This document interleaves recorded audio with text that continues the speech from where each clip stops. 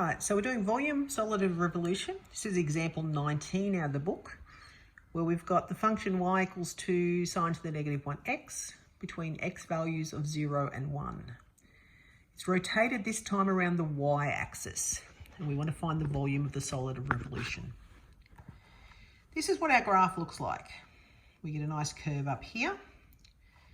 We know our x's are between 0 and 1.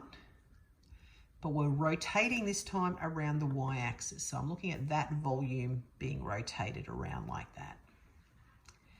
So I know my 1, I need to find that point. I'm through 0 here, so that's fine.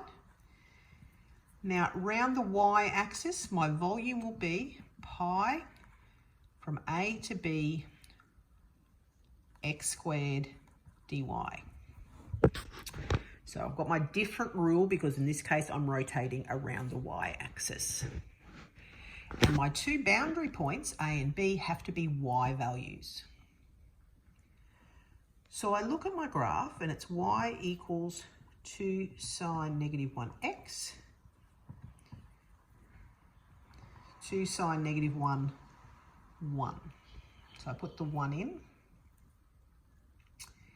That will actually come out as pi on 2. So my y value is pi. So pi is my point there. Now in my equation I need x squared. I don't want it in terms of y. So I need to rearrange my function so that x is the subject of the equation. So first step's easy. I'll just divide by the 2. So I've got y on 2 is sine to the negative 1x. Therefore, from there, x equals sine y on 2. Or x squared, which we need, is sine squared y on 2.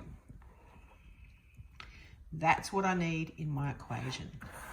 So my volume that I'm using now becomes volume equals pi,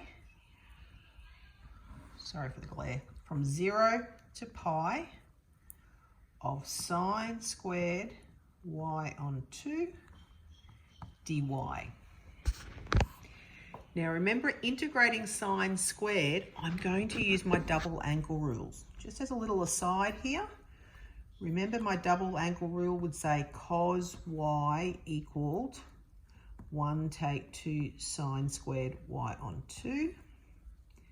So rearranging that, sine squared y on 2 will be a half 1 take cos y. We have done that previously. So in my volume, I'm going to put that half just out the front because it makes life a bit easier for me. And I've got 1 take cos y dy, which equals pi on 2. 1 integrates to y.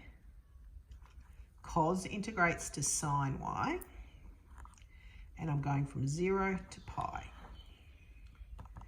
So I have pi on 2 outside of, I'm going to have pi take sine pi, take 0 take sine 0. That's pi on 2 outside of pi, take 0 plus 0. So I'm left with pi squared on 2 units cubed.